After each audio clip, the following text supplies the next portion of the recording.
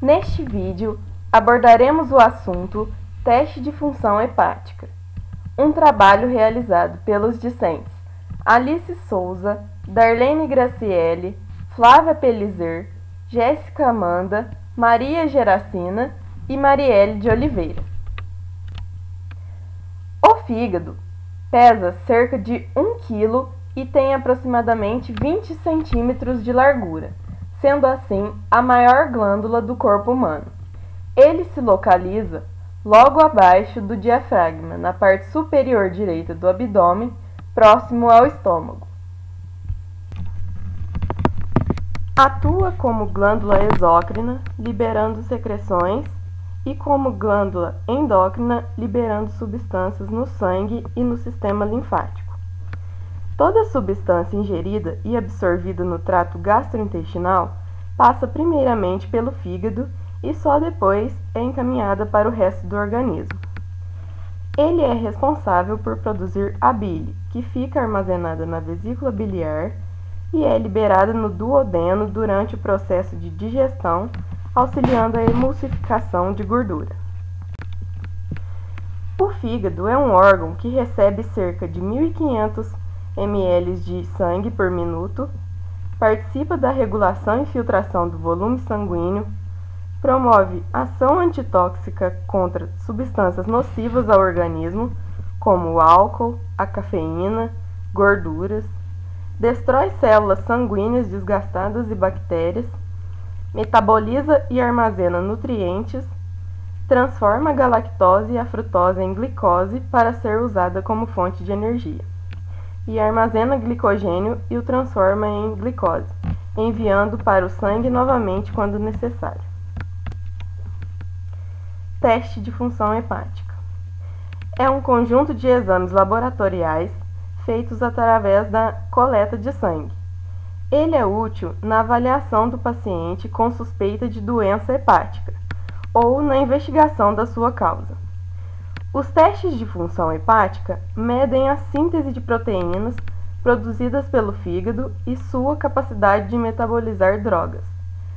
Apesar de receberem esse nome, a maioria dos testes medem a extensão da lesão hepatocelular e não diretamente a função hepática. Os níveis dos exames são medidos em unidade de massa atômica por litro de sangue. Os valores de referência sofrem modificações de laboratório para laboratório.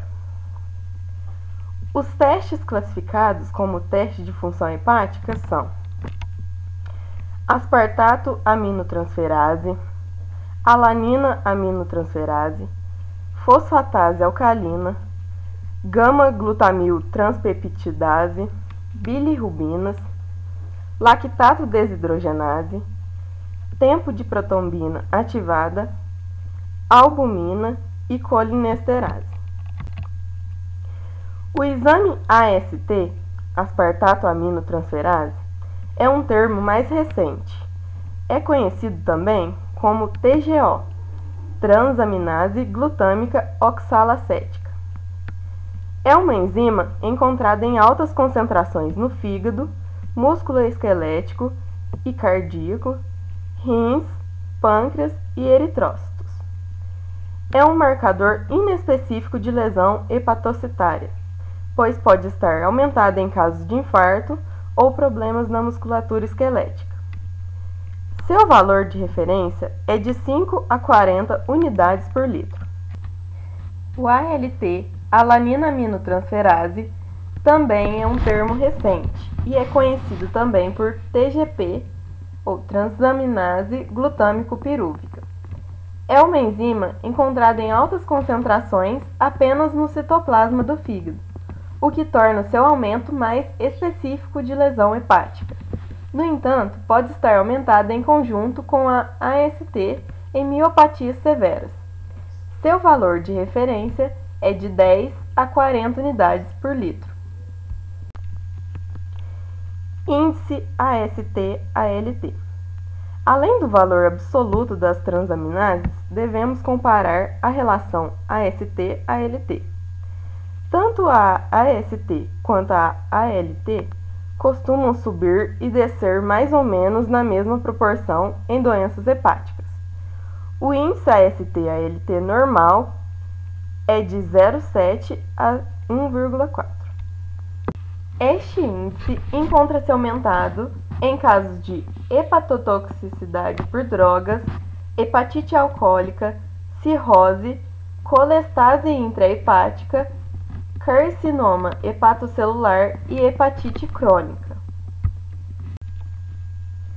Encontra-se diminuído em casos de hepatite viral aguda, com TGO aumentada de 3 a 5 vezes o limite superior normal, e colestase extrahepática.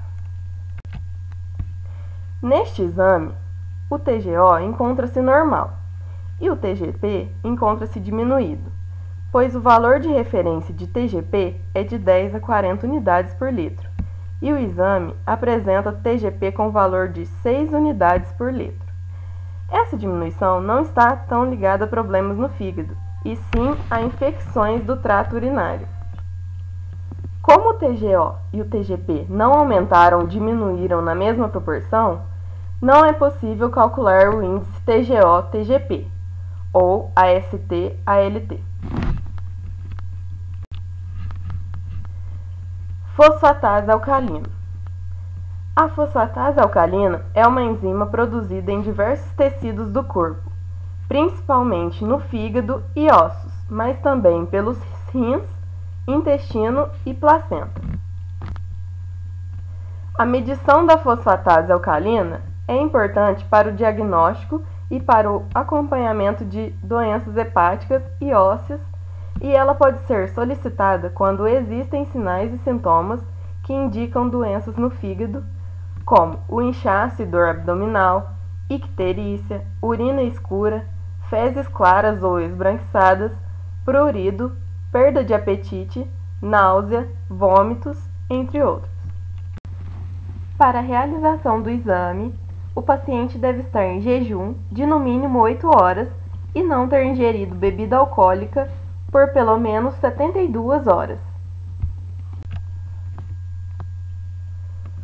Os resultados dos exames poderão ser alterados pelo uso de diversos medicamentos, de suplementos alimentares e abuso de bebidas alcoólicas. O médico irá dizer se o uso das medicações deverá ser interrompido para que o exame possa ser realizado sem interferências. A gravidez e cicatrização de fraturas ósseas também podem alterar os valores de fosfatase alcalina. Os resultados do exame variam muito em bebês e crianças até os 12 anos de idade. Acima dos 13 anos de idade, os resultados do exame variam apenas conforme o sexo. Os valores de referência para adultos do sexo feminino é menor que 240 unidades por litro e para o sexo masculino é menor que 270 unidades por litro. Os resultados de fosfatase alcalina acima do normal podem indicar obstrução biliar, condições ósseas, doença hepática ou hepatite, hipertireoidismo, cirrose, entre outras. Os níveis de fosfatase abaixo do normal podem indicar subnutrição, deficiência de proteína e hipotireoidismo. A gama-glutamiltransferase, GGT ou gama-GT, é uma enzima produzida em diversos órgãos do corpo, principalmente no fígado, mas também nos rins, vesícula biliar, baço e pâncreas. O exame gama-GT é um exame realizado a partir da coleta de sangue, no qual são dosados os níveis da enzima gama-glutamiltransferase. Esse exame é realizado em jejum de pelo menos 3 horas e abstinência de álcool por pelo menos 24 horas. É necessário informar ao médico quais medicamentos em uso, já que alguns podem alterar os resultados do exame e sendo necessária a suspensão para a realização do teste. O exame gama-GT é usado principalmente para auxiliar no diagnóstico de alterações hepáticas, como por exemplo, da hepatite, cirrose, pancreatite, câncer no fígado, hipertireoidismo e obesidade patológica. Também é usado para avaliação de alterações no fígado causadas pelo uso de alguns medicamentos e no acompanhamento do tratamento do alcoolismo. O teste de gama-GT pode ser pedido juntamente com outros testes de função hepática. Quando uma pessoa tem sinais ou sintomas sugestivos de doença do fígado, como por exemplo, fraqueza, fadiga, perda de apetite, náusea e vômitos, inchaço e dor abdominal, icterícia, urina escura, fezes claras ou esbranquiçadas, coceira, pode ser solicitado também para verificar se o paciente alcoólatra aderiu ao tratamento.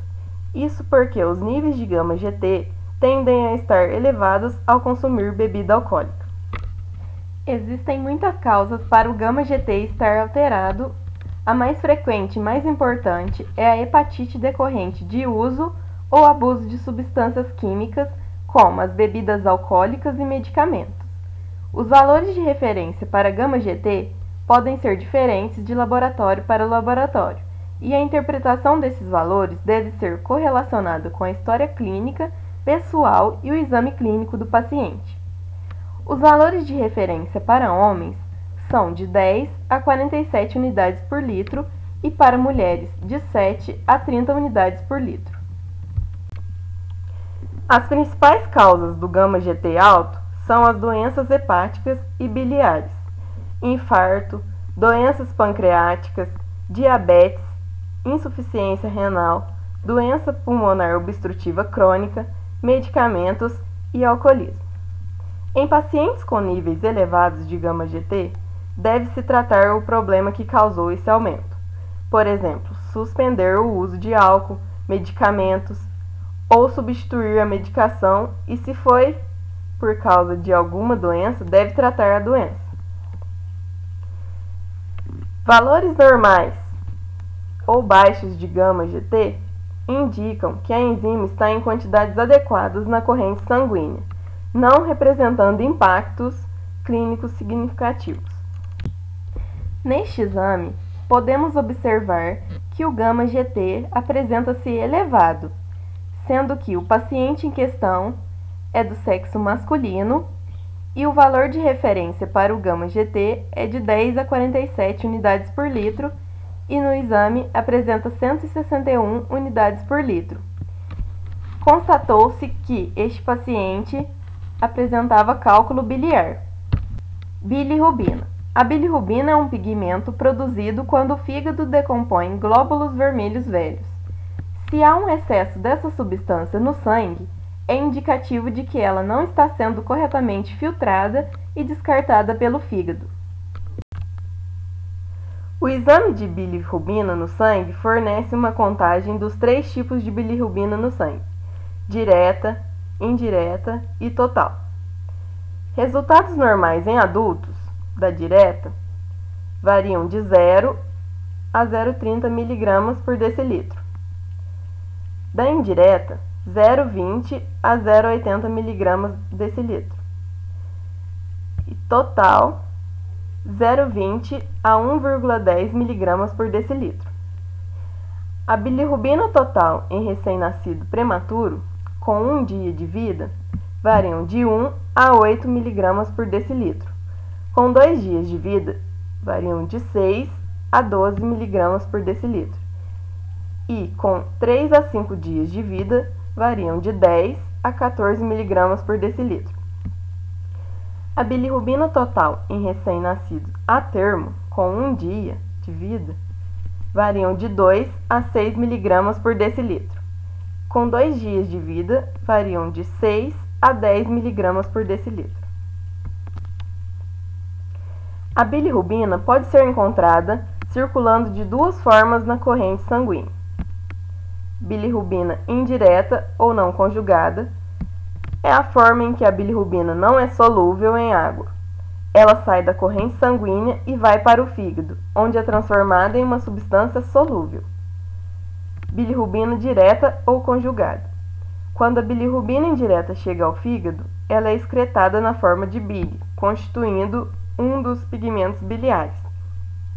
Essa substância, então, retorna à corrente sanguínea para ser excretada nas fezes.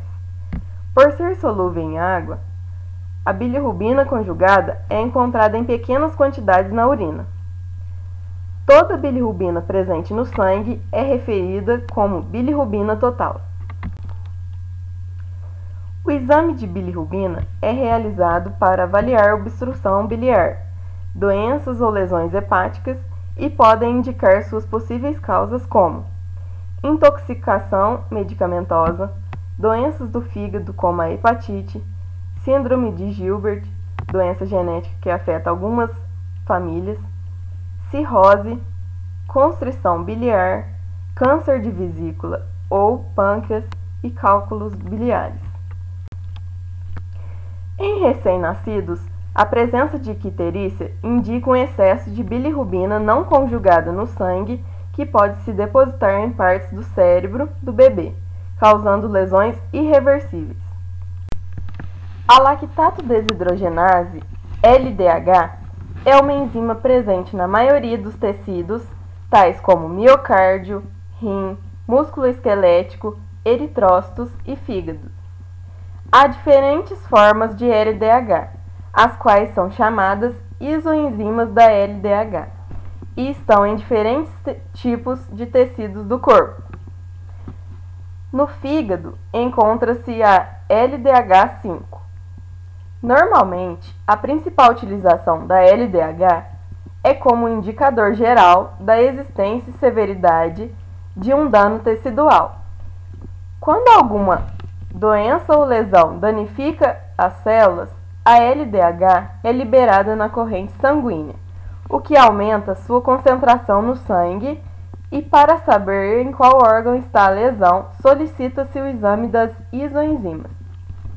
Além disso, pode ser útil na diferenciação entre hepatite aguda, viral e lesão causada por isquemia ou droga. Em elevações de aminotransferase, acima de 5 vezes o limiar superior de normalidade, faz-se uma relação ALT-LDH. E quando se obtém valor maior que 1,5, sugere-se hepatite viral.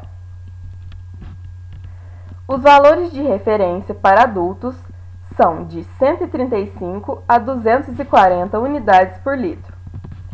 Para recém-nascidos, de 225 a 600 unidades por litro. E para crianças, de 200 a 450 unidades por litro.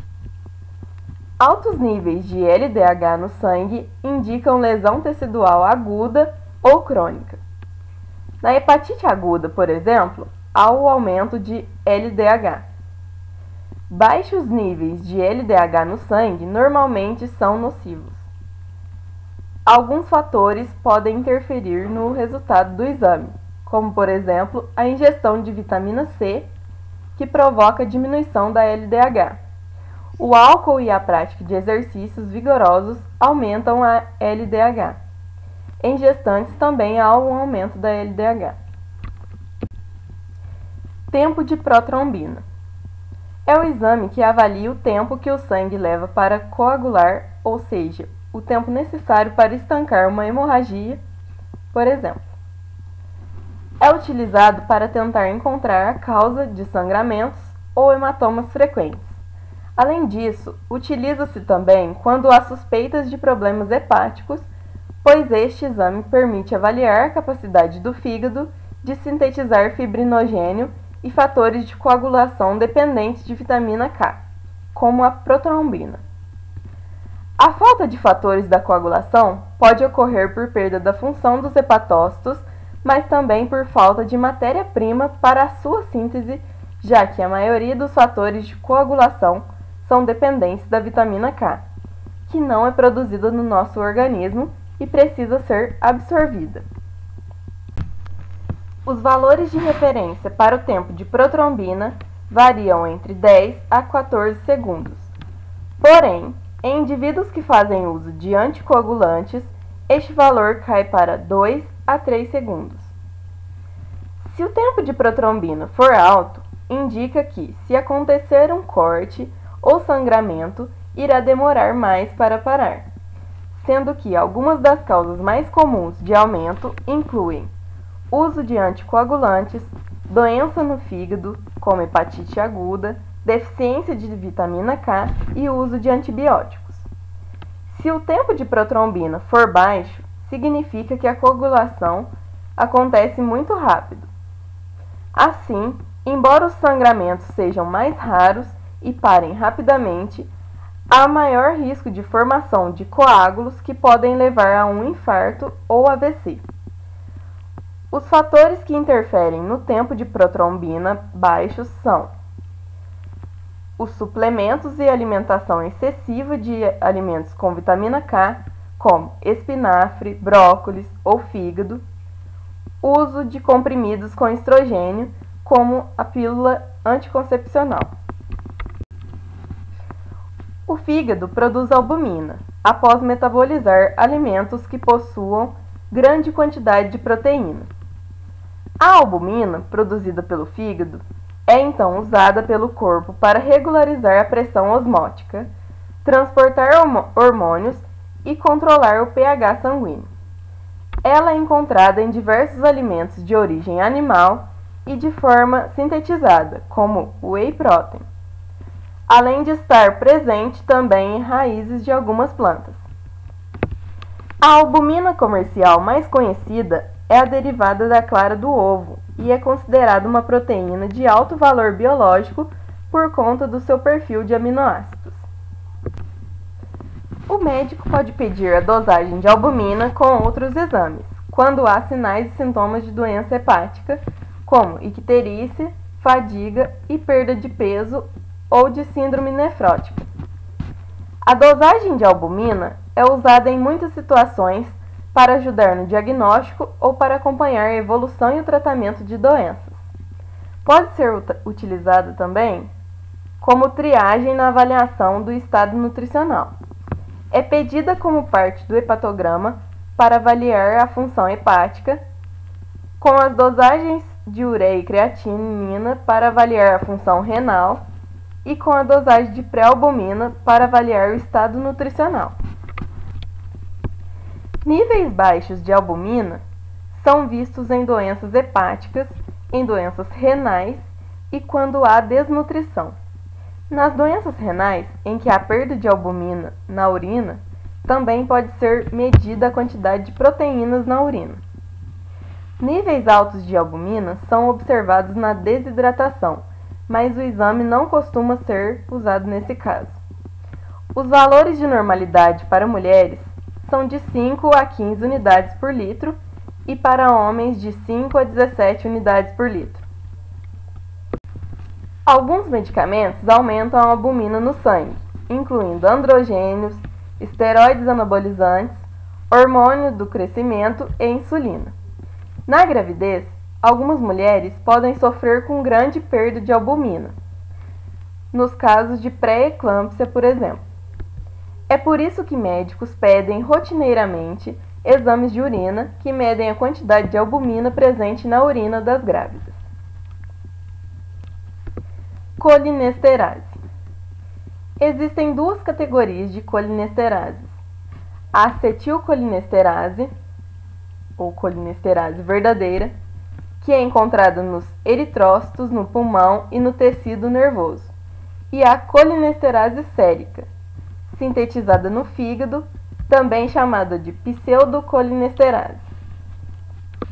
Esse exame é usado como determinação útil na avaliação e no acompanhamento de pacientes com intoxicação por organofosforados, inseticidas, que inibem a colinesterase eritrocitária e diminuem os níveis da colinesterase sérica. A colinesterase sérica está diminuída nas doenças parenquimatosas hepáticas, na insuficiência cardíaca congestiva, nos abscessos e neoplasias. Valores diminuídos são encontrados em estados de desnutrição, infecções agudas, anemias e infarto do miocárdio. Diversas drogas como estrogênio, testosterona e contraceptivos orais também podem interferir nos níveis da colinesterase sérica. podem estar aumentada em pacientes obesos, em diabéticos e na síndrome nefrótica. Os valores normais são para acetilcolinesterase de 1.900 a 3.800 unidades por litro e para pseudocolinesterase de 3.000 a 9.300 unidades por litro. Por lei, é obrigação do empregador disponibilizar exames que sejam, no mínimo, semestrais ao trabalhador que faz uso de inseticidas em lavouras para identificar alguma alteração no fígado causado pelo inseticida.